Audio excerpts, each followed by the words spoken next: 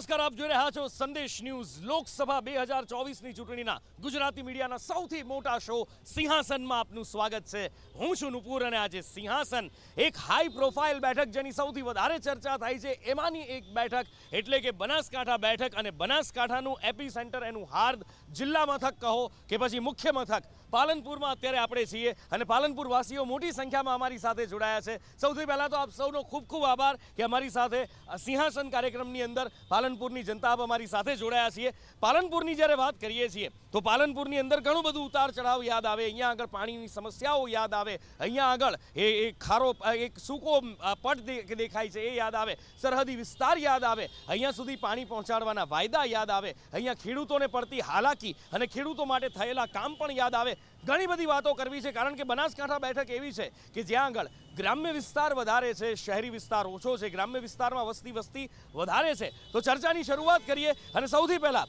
પાલનપુર બનાસકાંઠાની જો ભાઈ વાત કરીએ તો કેવી રીતના આપણે જોયું છે પાછલા 10 વર્ષની અંદર બનાસકાંઠા પાલનપુરને આગળ વધતા? બનાસકાંઠા પાલનપુર બહુ આગળ વધી રહ્યું છે। આપ દેખી રહ્યા છો કે અત્યારે 350 કરોડથી વધુ બાયપાસનો પાસ થયો છે। અત્યારે મલાના તળાવ માટે 150 કરોડથી વધુ તળાવ માટેનું અત્યારે ત્યાં આગળ કામ થઈ રહ્યું છે અને ખૂબ સારા કામ થઈ રહ્યા છે। અને થરાદમાં પરબતભાઈ જ્યારે આપણા સાંસદ હતા પરબતભાઈ, તો એમને ત્યાં આગળ એમના માટે અત્યારે હમણાં સાંસદમાં બી એક મુદ્દો ઉઠાવ્યો છે પાણી માટે કરીને। પાણી માટેનો પરબતભાઈએ સંસદમાં મુદ્દો ઉઠાવ્યો હતો।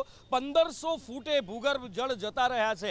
અટલ ભૂજલ યોજના માટેની એમણે વાત કરી છે। સાહેબ જોડે વાત કરીએ, પાલનપુરમાં આવીએ અથવા તો બનાસકાંઠામાં આવીએ તો સૌથી પહેલાં યાદ આવે અહીંના વિકાસના કામોની વાયદા અને એની સાથે સાથે ખેડૂતોની સ્થિતિ યાદ આવે।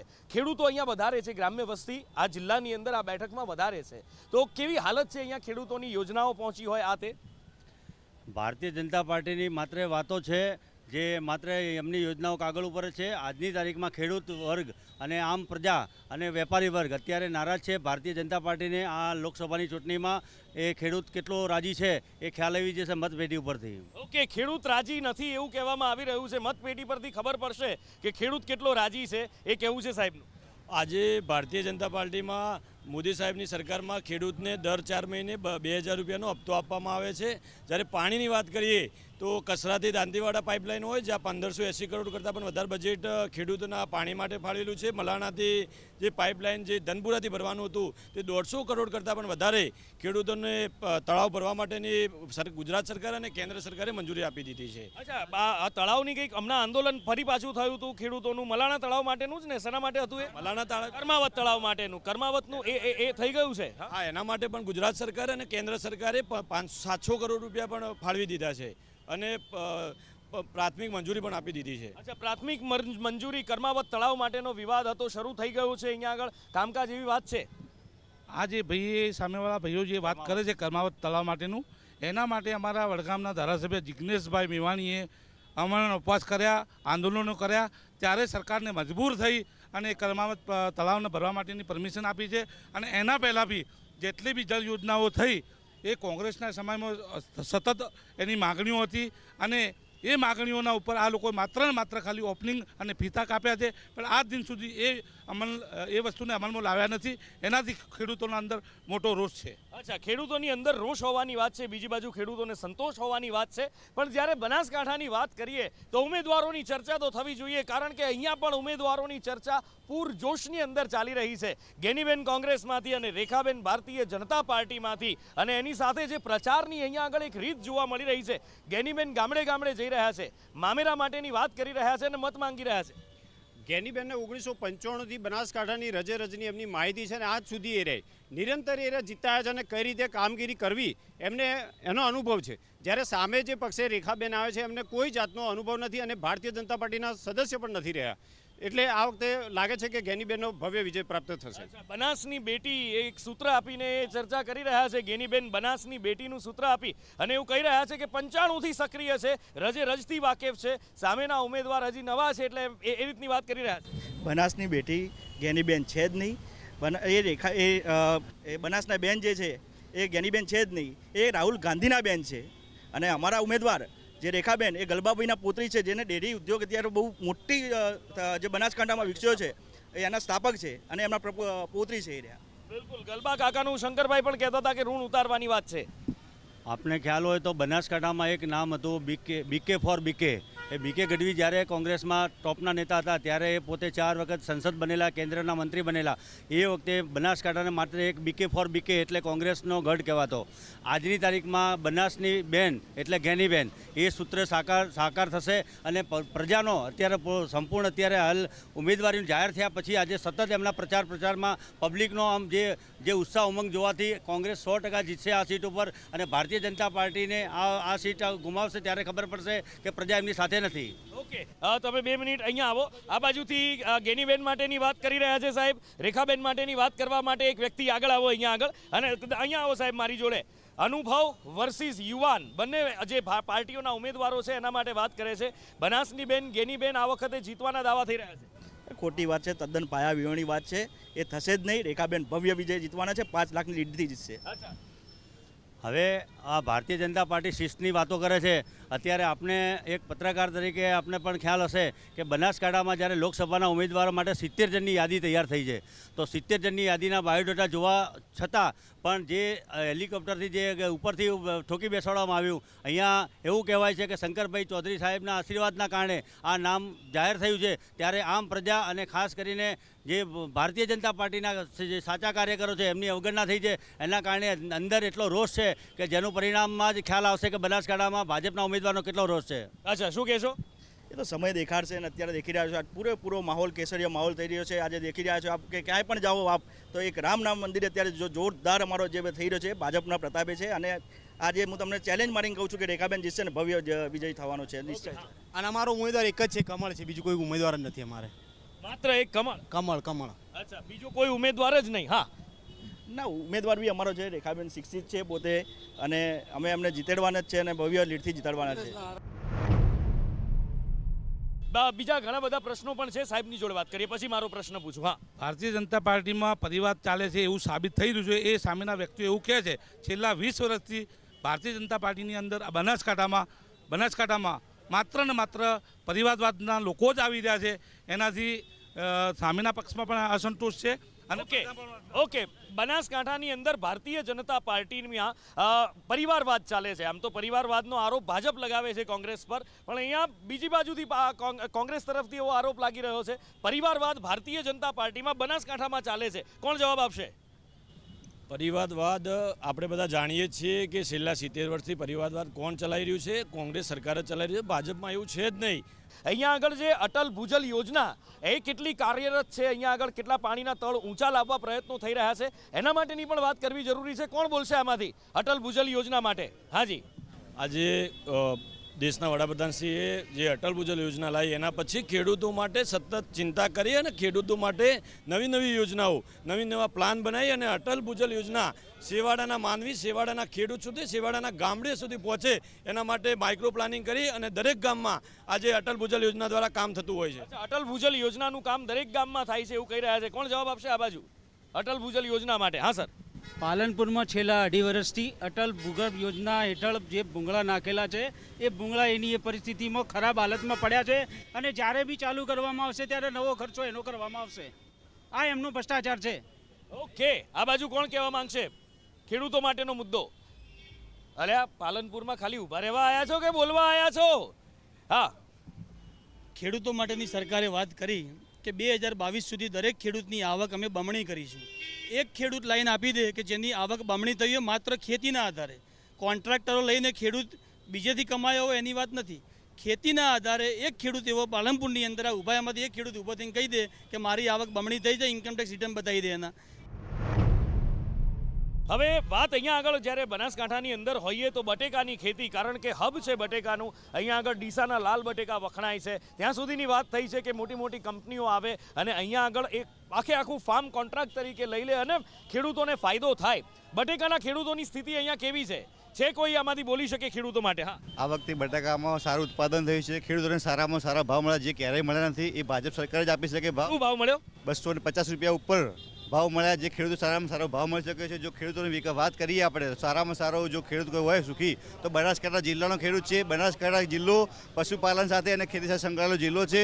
કોઈ કોંગ્રેસના ભાવની અંદર ક્યારેય ભાવ મળ્યા નતા, એટલા કરતાં વધારે 250 રૂપિયા કરતાં ઉપર ભાવ મળેલા છે આખતી કોંગ્રેસ. હા હા, છે કે ગઈ સાલે જ ખેડૂતોએ તમામ લોકોએ બટાકા રોડ ઉપર ફેંકી દીધા હતા અને જ્યારે કોલ્ડ સ્ટોરેજો પૂર્ણ ભરવામાં આવ્યા અને કોલ્ડ સ્ટોરેજમાંથી જ્યારે બટાકા નીકળવામાં આવ્યા ત્યારે વેપારીઓ 10-10 રૂપિયા પ્રતિ બોરી વધારી દીધા હતા, જેના કારણે ખેડૂતોને જબરજસ્ત નુકસાન પડ્યું છે. શું કહેશો? ખેડૂતોને નુકસાનની વાત છે, ગઈ વખતે ફેંકવા પડ્યા, વેપારીઓ શોષણ કરે છે એવો સીધો આક્ષેપ છે. પ્રોડક્શનનું છે, મેન જે બી ખેલ છે પ્રોડક્શનનું છે. વધારે પ્રોડક્શન હોય અને સામે ડિમાન્ડ ઓછી હોય, કન્ઝપ્શન ઓછું હોય તો ભાવ ઉતરવાના છે. પણ આજની તારીખના અંદર તમે બટાકા 30 રૂપિયાનું કહો છો ને, પડતર કરે 7 રૂપિયા છે, બરાબર? 30 રૂપિયા 7 રૂપિયા 23 રૂપિયા. ઓકે એટલે હવે વાત સંસદની ચૂંટણી છે તો કેટલાક રોડ કનેક્ટિવિટી હોય કે પછી રેલવે કનેક્ટિવિટી હોય, એર કનેક્ટિવિટી હોય, એની પણ કરીએ. અહીંયા આગળ ધારો કે કોઈને જવું છે પ્લેનમાં બેસીને તો નજીકમાં નજીક એરપોર્ટ કયું જવું પડે? કે અહીંયા આગળ છે આપણી પાસે અમદાવાદ છે નજીક, અમદાવાદ જવું પડે. અહીંયા આગળ કોઈ એરપોર્ટની વાત છે કે નથી? હા, સ્વર્ગીય BK ગઢવી સાહેબ કેન્દ્ર કેબિનેટ મિનિસ્ટર હતા ત્યારે ડીસાની અંદર એની જગ્યા એલોટમેન્ટ કરી છે એરપોર્ટ માટેની, અને એ જગ્યા અત્યારે બી પડી છે. એના પછીની સરકારો જ્યારે બી આવી એની યોજના અમલમાં આવી નથી. એટલે પાલનપુર અને ડીસા હબ સેન્ટર બની શકે છે એરપોર્ટ માટે. પણ એરપોર્ટ અત્યારે છે નહીં. બીજી બાજુ ટ્રેન કનેક્ટિવિટી, વંદે ભારત અત્યારે આખા ગુજરાતમાં દોડે છે, તો શું બનાસકાંઠા પાલનપુરને એનો લાભ મળે છે કે કેમ? પાલનપુર જોધપુર છે, DFCCના નવા ટ્રેક છે, અહીંયા નવું ડોકયાર્ડ બન્યું છે, કન્ટેનર યાર્ડ બન્યું છે. એટલે રેલવેમાં તો દેશમાં સૌથી ઉત્તમમાં ઉત્તમ ડેવલપમેન્ટ ચાલી રહ્યું છે. અને તમે પણ જોતા છો કે દરેક રેલવે સ્ટેશન એરપોર્ટ જેવા બની રહ્યા છે અને સારામાં સારા બની રહ્યા છે. અને તમારા સામે ગુજરાત સરકારનું બસ પોર્ટ એરપોર્ટ જેવું જ છે. આ તમે જોઈ શકો છો, જે આપણી નજર સમક્ષ છે. આજનું ભારત એ નવું ભારત છે. ભાઈના આક્ષેપો તદ્દન ખોટા છે. આજે આપ જોઈ રહ્યા છો કે યુક્રેન જેવા યુદ્ધમાં જ્યારે યુદ્ધ થઈ રહ્યું છે ત્યારે આપણી એક બસ જે તિરંગા સંગાથે વિદેશવાળા એમ કહે છે કે ભાઈ ભારતની બસ આવી રહી છે, ચલો જગ્યા આપો, અને આપણા છોકરાઓ સુરક્ષિત રીતે અહીંયા પહોંચે છે. આ બધી જે વાતો છે એ આજનું ભારત છે. ઓકે, હા.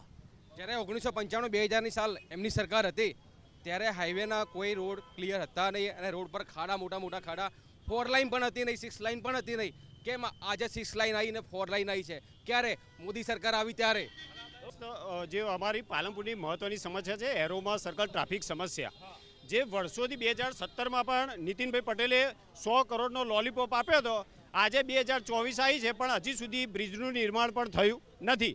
અને આ રીતે લગભગ અમારો ટ્રાફિક સમસ્યામાં ભારતભરમાં 22મો નંબર લાવ્યા. જે અમને હું તો ધન્યવાદ આપું છું કે પાલનપુરનું નામ આવી તો તમે એરોમા સર્કલની વાત કરી છે. હા, એરોમા સર્કલમાં ધારાસભ્યના સૂચનાથી ધારાસભ્ય ગ્રાન્ટ લાવી અમારા કેન્દ્ર ગુજરાત સરકારના મુખ્યમંત્રીએ અમારે વિધાનસભામાં રજૂઆત કરી અને 7 કરોડ 81 લાખ જેટલી ગ્રાન્ટ મળી. અત્યારે કામકાજ ચાલુ જ છે. ઓછામાં ઓછા વધારે 2 કે 3 મહિના અંદર કામકાજ પૂરું થઈ જશે કમ્પ્લીટ. એરોમાં ટ્રાફિક સમસ્યા ક્યારેય સર્જાશે નહીં. અમારી ભાજપ સરકાર, વિકસિત ભારત સરકાર, જે વિઝન, મોદી સરકારનું જે વિઝન છે એ સારામાં સારું. ભાઈએ જે કૌભાંડની વાત કરી, એમના સમયમાં જેટલા કૌભાંડ તમને ખ્યાલ, મારા ખાતે બધા તમને ખ્યાલ હશે એટલા કૌભાંડ થયા. અમારા ભાજપ સરકારમાં ક્યારેય કોઈ કૌભાંડ થયું નથી, અને ભવિષ્યની અંદર અમારો વિશ્વાસ છે કે કોઈ કૌભાંડ થશે નહીં. ઓકે, હા.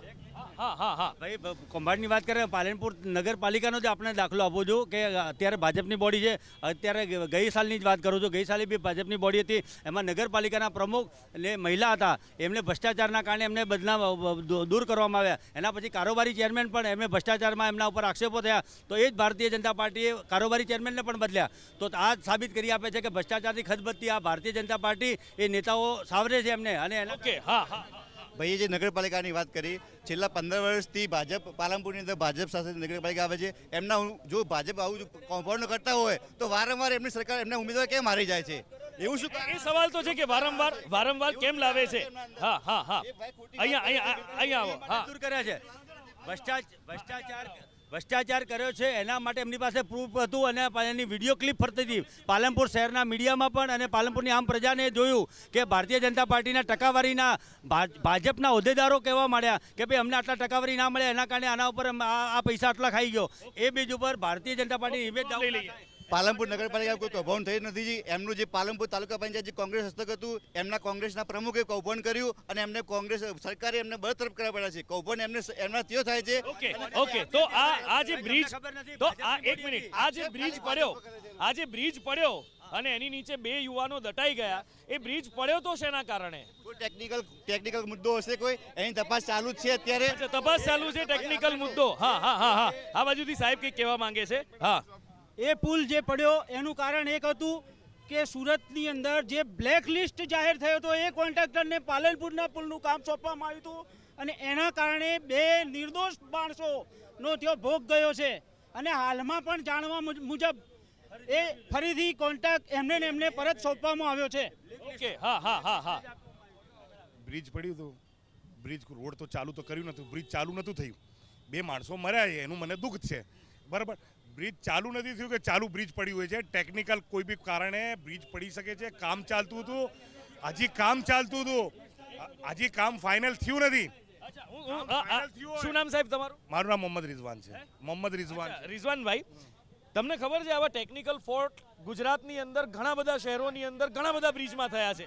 એટલે વાત ઘણી બધી લોકલ પ્રશ્નોની પણ આપણે કરીએ, પણ જ્યારે લોકસભાની ચૂંટણી છે તો રાષ્ટ્રીય પ્રશ્નોની પણ ચર્ચા થવી જોઈએ. રાષ્ટ્રીય લેવલે, રાષ્ટ્રીય સ્તરે થયેલી જે કેન્દ્ર સરકારની કામગીરી, એમાં કેટલો સંતોષ અને હજી પણ એમાં કેટલી અપેક્ષાઓ?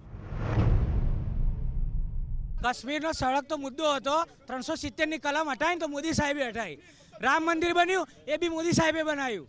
અને ટ્રિપલ તલાકનો જે કાયદો હતો એ બી મોદી સાહેબે લાવ્યો.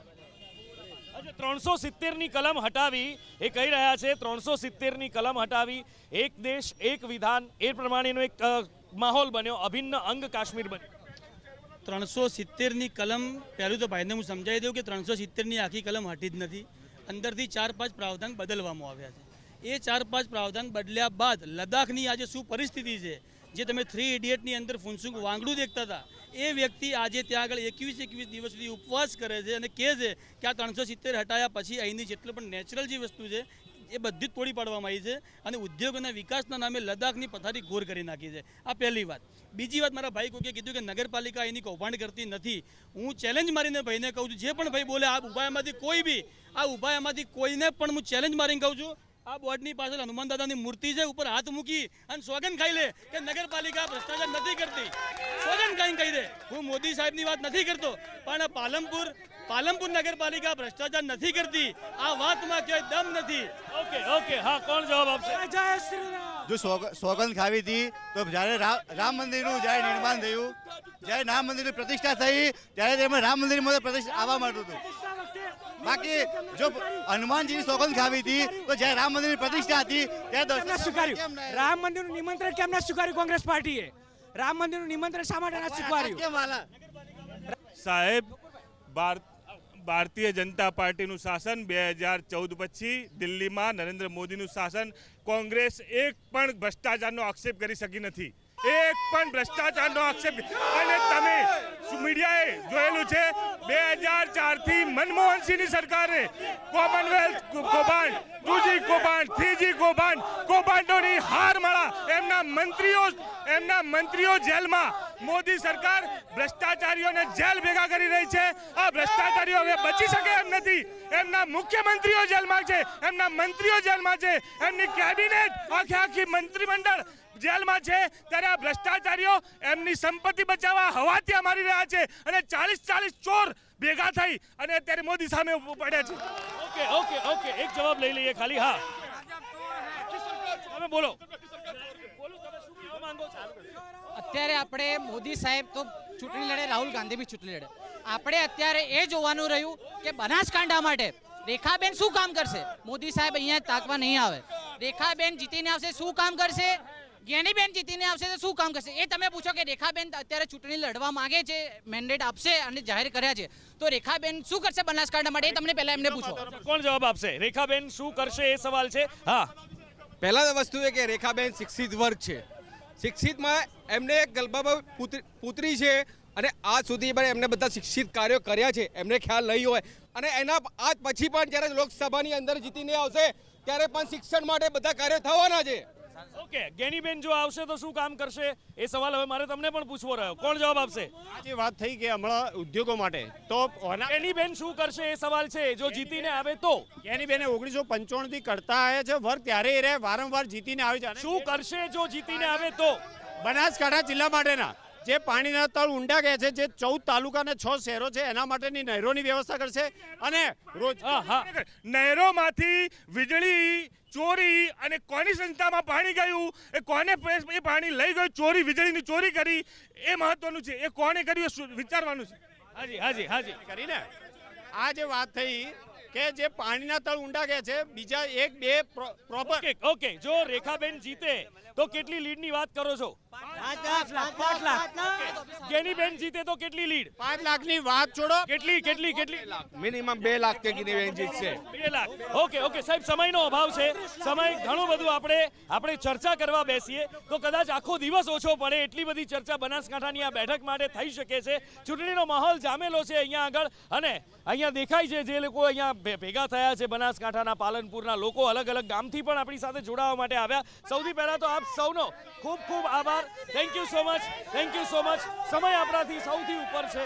સમયને માન આપવું એ આપણી સૌની ફરજ છે, અને માટે જ અત્યારે સમયને માન આપી અને આ ચર્ચાને અહીંયા ટૂંકાવીએ છીએ. ફરી મળીશું કોઈ નવી લોકસભા બેઠક પરથી. ચર્ચા કરીશું ત્યાંના લોકો સાથે, ત્યાંના પ્રશ્નો, ત્યાંની અપેક્ષાઓ અને ત્યાંના થયેલા કામોની વાત કરીશું. અત્યારે લઉં છું વિદાય. નમસ્કાર.